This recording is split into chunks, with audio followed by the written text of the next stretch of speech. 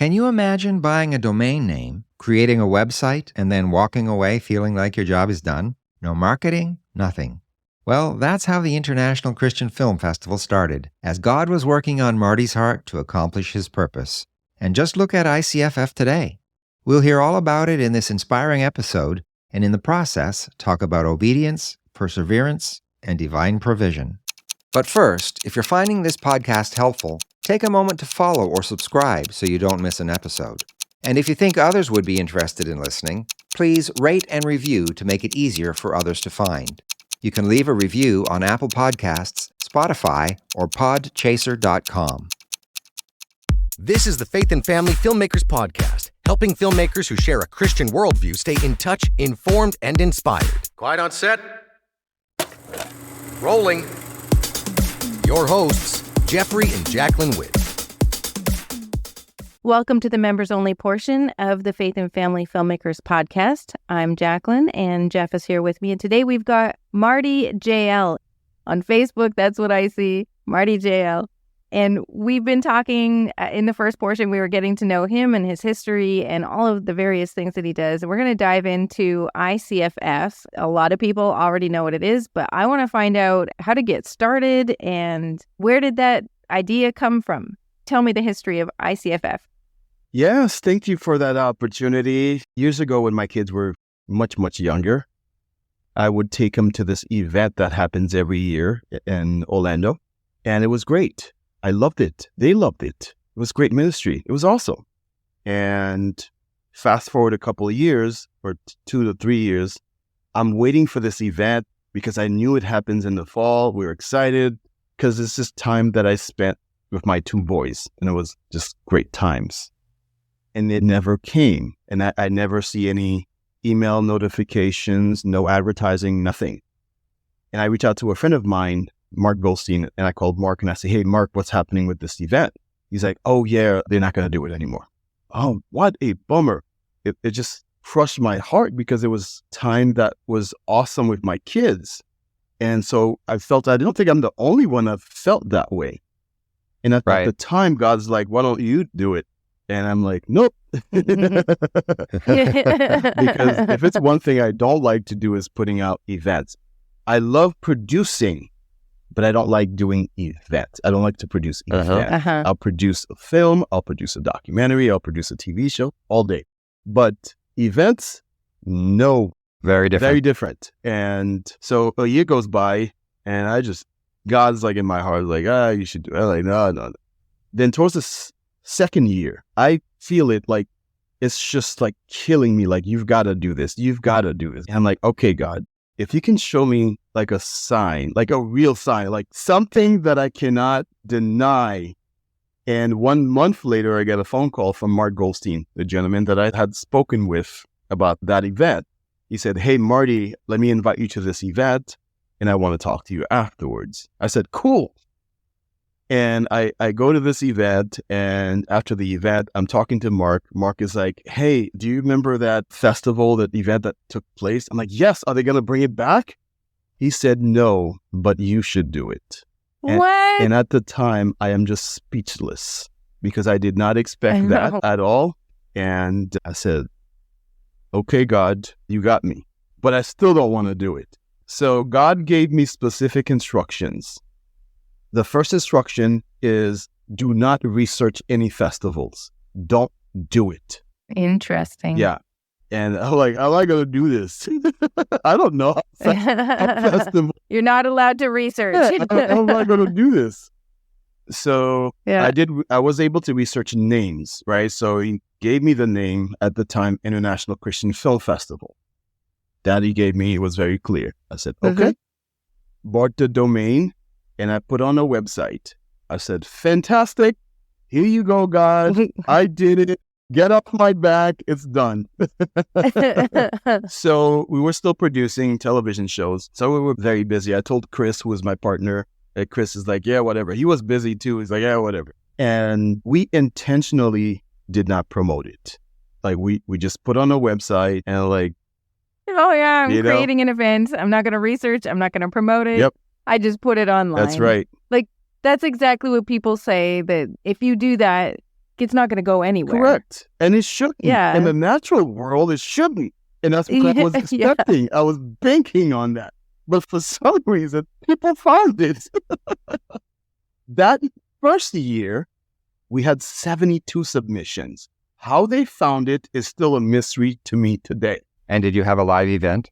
No. So that's the thing, right? Okay. So people are like, we want to come to this event.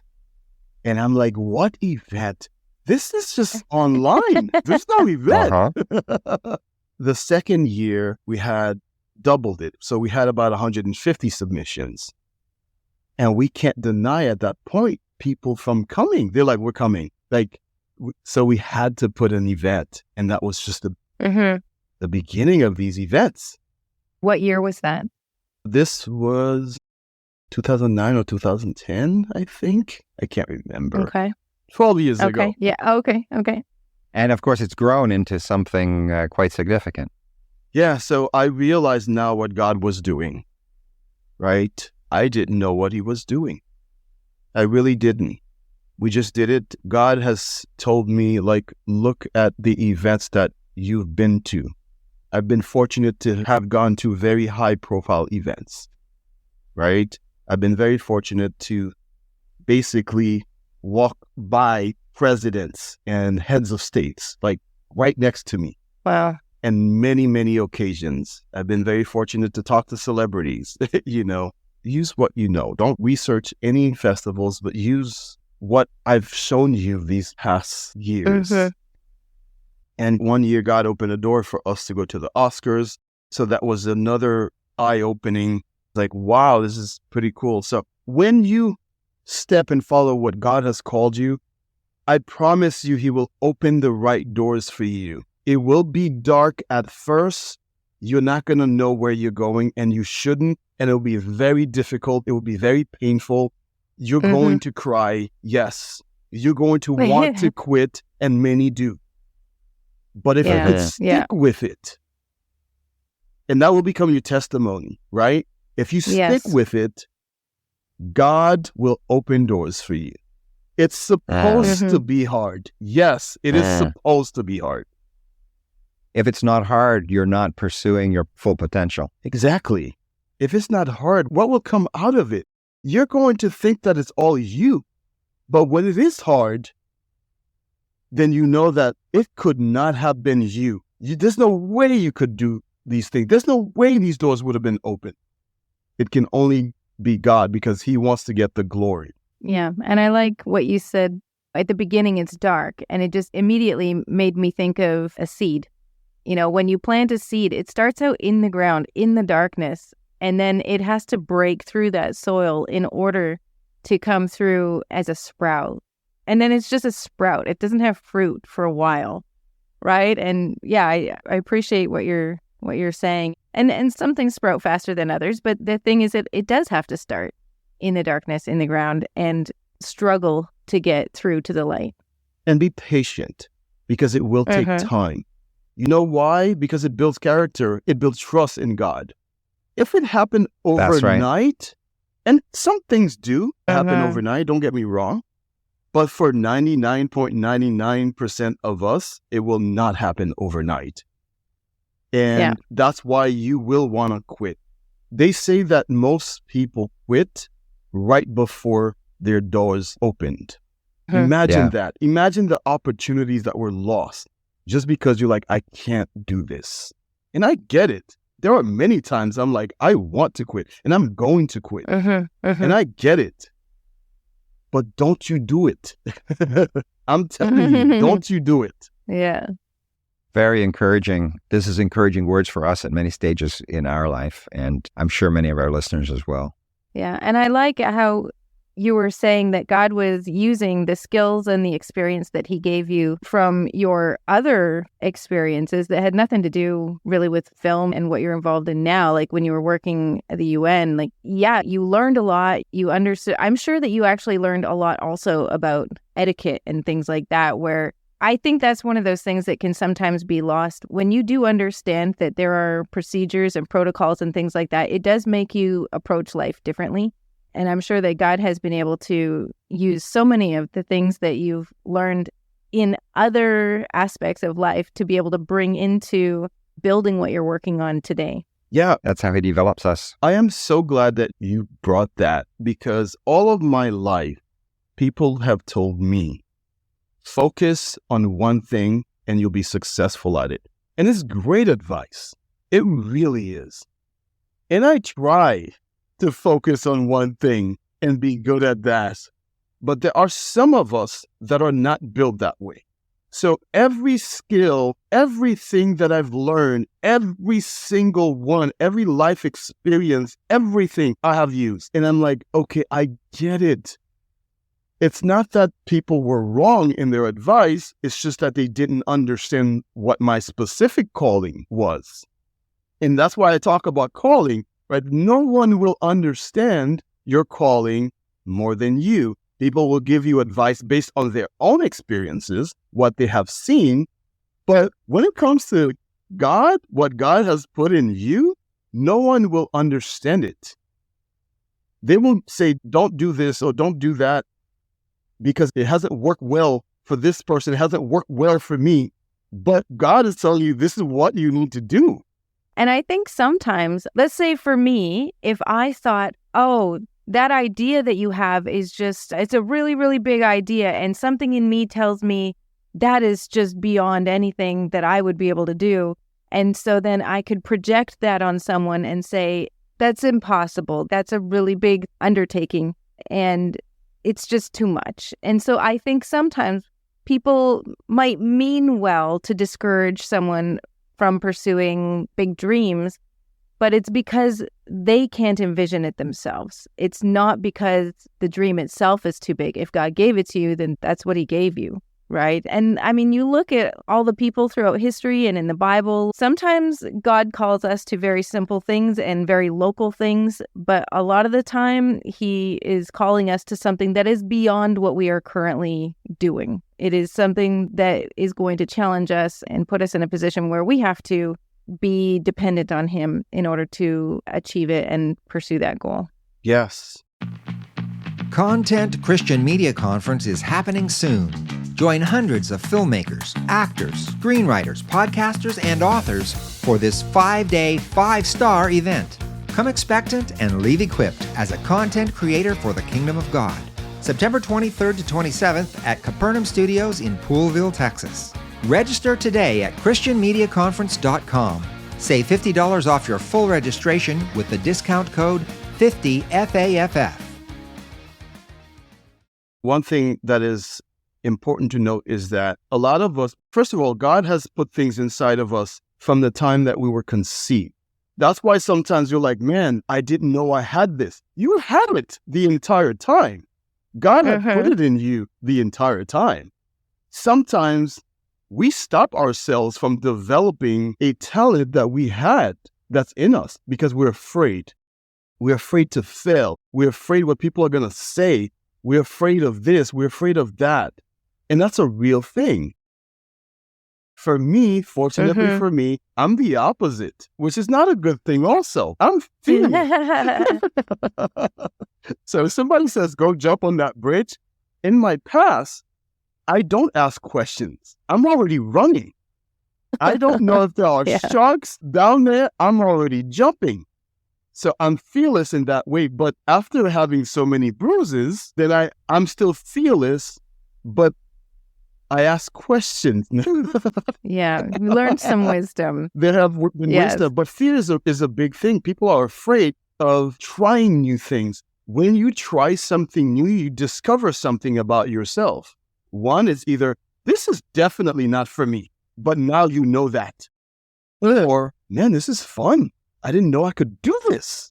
Yeah, it is amazing, actually, when you do get to that point where those doors are opening. And sometimes I think, especially if it's a big kind of dream that we're being called to, he'll give us like this glimmer or like this window to show us just like a sliver of what it's going to be so that we understand and we can have that connection to it. Yeah. And that's why I brought up the teen years in the previous episode, because I find that in the teen years, there are those moments where you get that glimpse of who you're going to be in the future.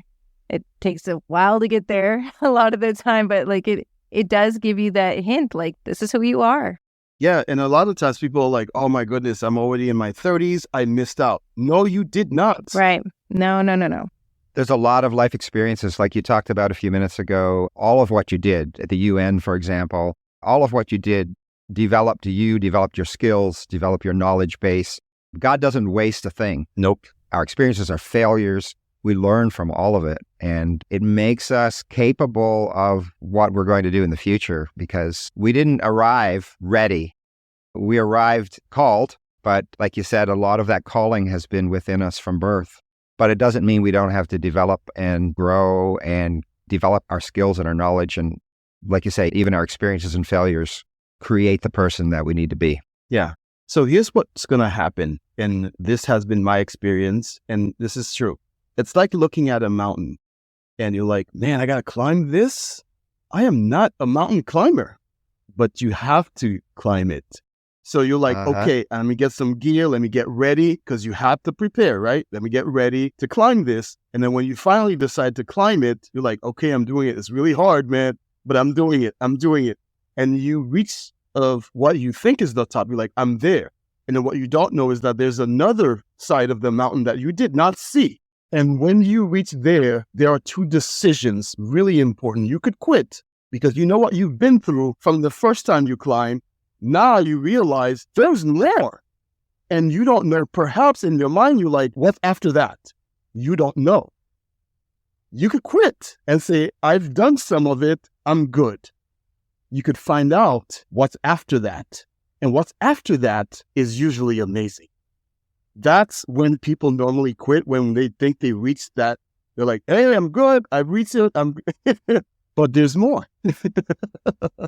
So I think it's important for us as Christians, one, to lean on God and never to quit, because He's called us to do these specific things. I'm sorry, because I keep saying the same thing over and over, is because I really mean it. And I think a lot of times people just don't get it, because I've talked to so many people and they just don't understand that part. Don't quit, because God has a specific thing waiting for you. It will be hard. I think this conversation is very relevant in general to our audience.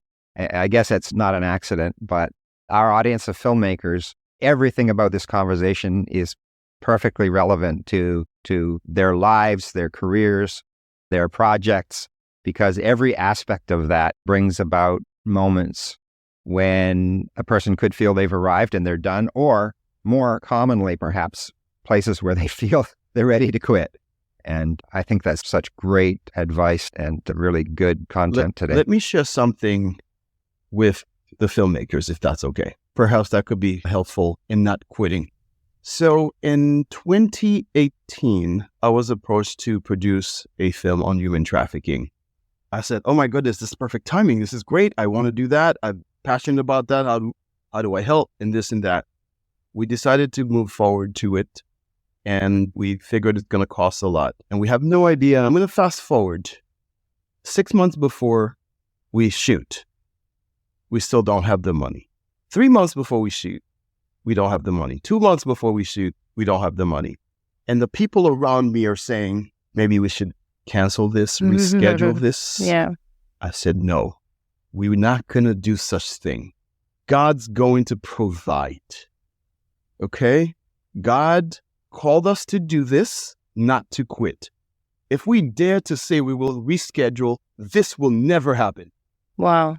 They're like, Marty, I don't know. Like, everybody around me is getting nervous. So I have to rebuke these negativity around me. But the pressure now falls on me, right? Because I'm like the one that says we got to move forward. Mm-hmm. You're Joshua and Caleb. Yeah. So 1 week before, we still don't have the money. In fact, we have less money now. No. 2 days before, nothing. Oh, no. Let me tell you this. And this is where God comes in. At 11 p.m., the night before we go to production, the money came. There are many reasons to quit. But God is saying, are you going to trust me? Are you going to trust me until the very last minute? Wow. That's what he does. He puts you to the test to see if you say all the time, yes, I trust you, Lord. I do really. Yeah. Wow. Yeah, that is a testimony. Yeah, sometimes I think God is saying, when we say, God, I need this, I need the money. I'm filming in 6 months. Okay, you don't need it now. I need the money. I'm filming in 3 months. Yeah, 3 months you need it. You don't need it now. I'm filming in 2 weeks. Yep, in 2 weeks. And so he gave it to you when you needed it. So he wasn't late. No. He just wasn't early, which is what we always hope for. He's never late.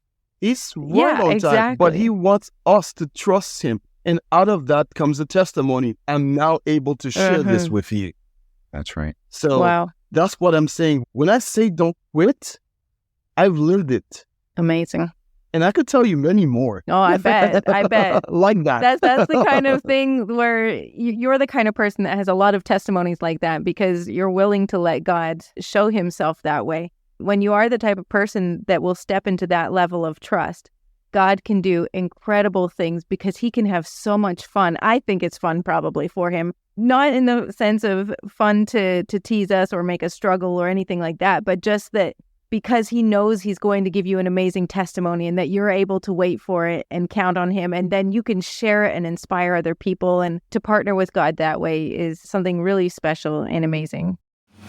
Ever watched an unsatisfying movie and wondered why it fell flat? The premise was great. The acting was pretty good. But the story itself left you feeling just meh. Don't let those stories be your stories. In my new book titled In the Beginning, Middle, and End, A Screenwriter's Observations of Life, Character, and God, I venture into developing and writing deep characters and satisfying storylines. But not only do I explain writing techniques in an entertaining way, sharing scenes from my own screenplays, but I parallel storytelling to life itself. Discover how to be the hero in your own hero's journey, how to engage with your author, and how to recognize when he's guiding the plot points of your life. In the Beginning, Middle, and End, A Screenwriter's Observations of Life, Character, and God by Jaclyn Witt. Available now on Amazon. Link in the show notes. When we were doing My Christian Films, like I said, we had our own studio, and there was a lot of expenses in owning your own studio. And we had a Jewish landlord, and there was one time we were $5,000 behind in rent. And they're knocking, and it's like, Marty, where is it? And I'm like, Lord, you called us to do this. So we went into fasting and prayer and says, God, you have to deliver us from this. And I don't know how. But it's amazing how God does things. Let me tell you, God does the impossible. About maybe 2-3 weeks after we prayed, and it's stressful. And I'm not saying that it's easy, right? It's super stressful. There are nights you can't sleep, all of it, right? And I get a phone call from Africa. Listen to this. I get a phone call from Africa saying, hey, do you guys have any broadcasting equipment? And we happen to have a bunch of stuff that we were not using, right? And I said, yeah, we do. We have this, we have that, and so on and so forth. And I'm going to cut the story short. And I said, we'd love to help you guys. We understand your ministry. Please tell us your budget. Comes back the next day. Guess how much? $5,000. Exactly $5,000. Wow. You could say all day, this is a coincidence. But to me, that was not a coincidence, and coincidence don't happen in my life. If it was, let's say, $300, I'd say, okay, what? If it was $1,000, I'd say, okay, what? But to come up after we started praying for that amount to come from Africa, really? Mm-hmm. Yeah. That's when you know for sure it is God, and you cannot deny that. Yeah. So when I say don't give up, when I say lean on God, I really mean it. Amen. That's fantastic. Thank you so much for sharing about your life, about your testimonies, and the festival and everything that you're doing. It's been really great getting to know you, and I look forward to meeting you in person someday in the future. Yes, me too. Yeah. Very inspiring, and I really appreciate it. And again, as Jaclyn said, nice to meet you, and God bless. God bless you both. Thank you. Take care. Thanks for listening to the Faith and Family Filmmakers podcast. If you would like email reminders about newly released episodes and more, please sign up at faffpodcast.com/email. That's faffpodcast.com/email. Bringing filmmakers together for faith and family. That's a wrap.